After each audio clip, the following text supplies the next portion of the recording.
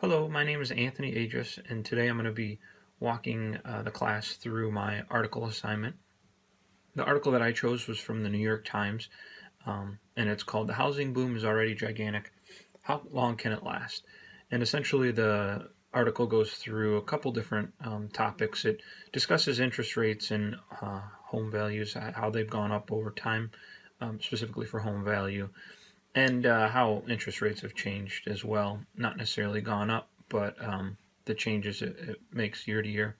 It also talks about the three biggest housing booms over history, and the largest one occurred February 1997 until October 2006, and that's when house prices went up 74% over that time until the market crashed in 2008, 2009.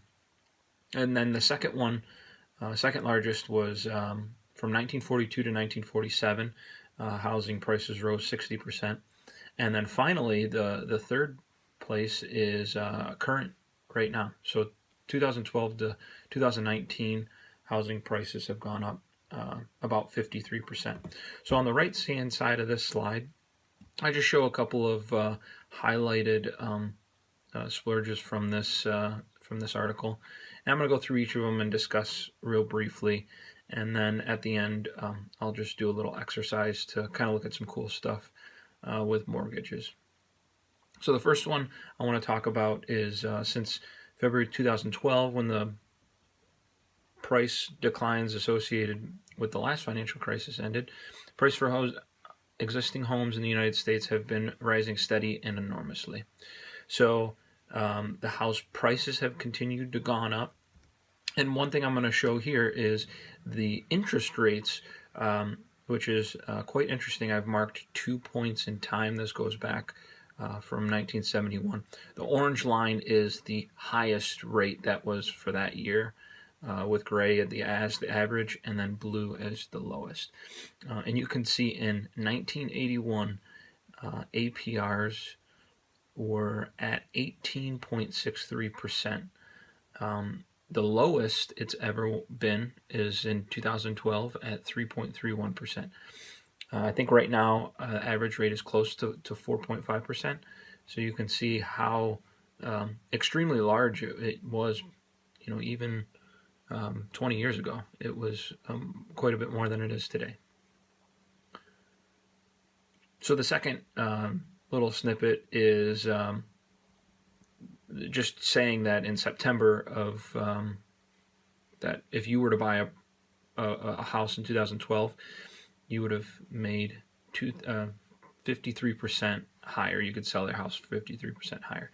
So if you were to buy it for $200,000 in 2012, you could sell for $300,000 in September of 2018. The next one is I just did a small portion here of just the conventional basis that you need to take into consideration, or that's recognized, is house prices going up about 5% per year. So for those of us who are wanting to maybe buy a house and then sell it very quickly, you got to take into account, well, the money that you're paying for the mortgage, as well as you could take into account this 5% increase in what you could sell it at, depending on how many years you live in the home before you sell. And then finally, this last piece of the article is just talking about, from February to present, February 2012 to present, the interest prices, the interest rates were increasing. But the boom in the housing industry still was going up. So you would think that at a higher interest rate, you would have less people buying more expensive houses, but that's not the case. So taking the graph that I looked at, that we looked at a few slides ago, I've overlaid the average and the median house prices since 1975.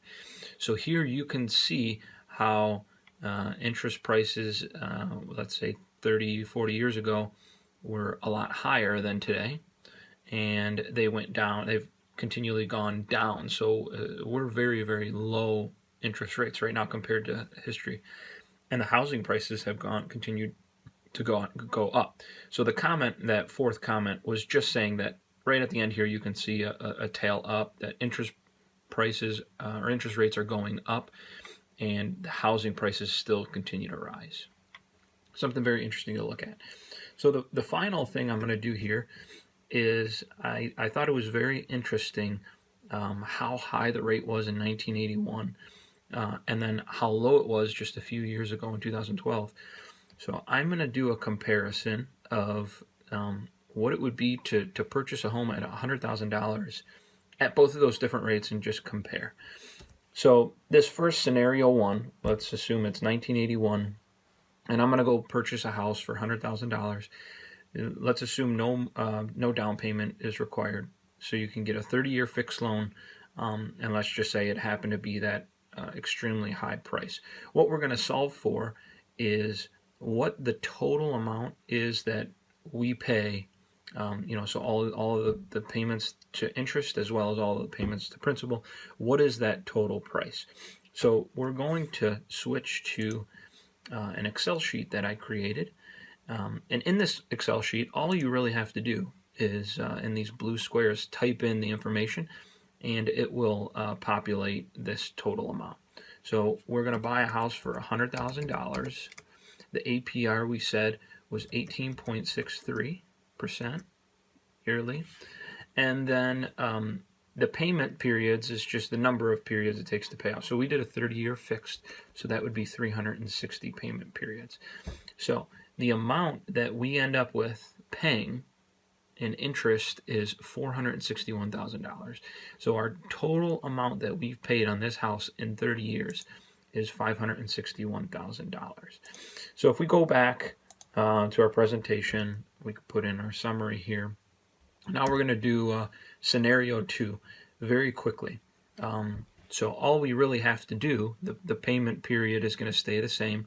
We're going to assume just a much lower rate, what it was at the lowest in 2012, and then compare the two. So let's go back to our Excel sheet. The only thing I really need to change is this APR. And the APR we said was 3.31. Let's put in 3.31. And we get a total of $157,861. So you can just see the difference between those two is nearly $400,000.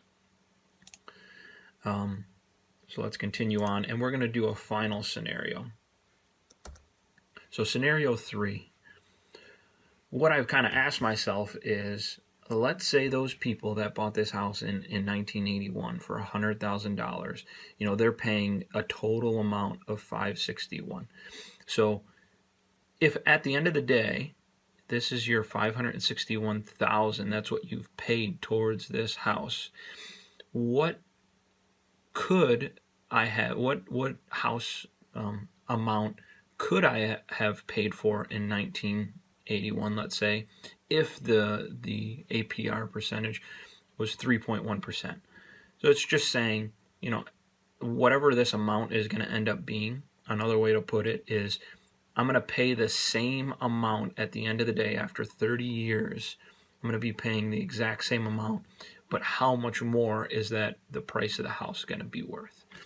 So we have to do something a little bit unique here. I'm actually going to pull this to the side so I can see both values. So we want a house that is going to be, we want to find this value right here. So we're going to leave that blank. Our APR percentage is 3.31. And what we're going to do is we're going to do a goal seek, and we're going to say, what value does my mortgage payment need to be, or not mortgage payment, but my total paid mortgage need to be in order for this to equal 561,066. And we're going to change this cell, and that's going to tell us exactly the amount. So there we go. Excel calculated. My mortgage could have been $355 $417 at 3.31%, and I would have paid the exact same amount as I would have at a $100,000 mortgage at 18.63%. So essentially, if you're comparing, apples to apples, you could have purchased a 3.5 times more expensive house and paid the same amount at the end of the mortgage if this was your APR percentage.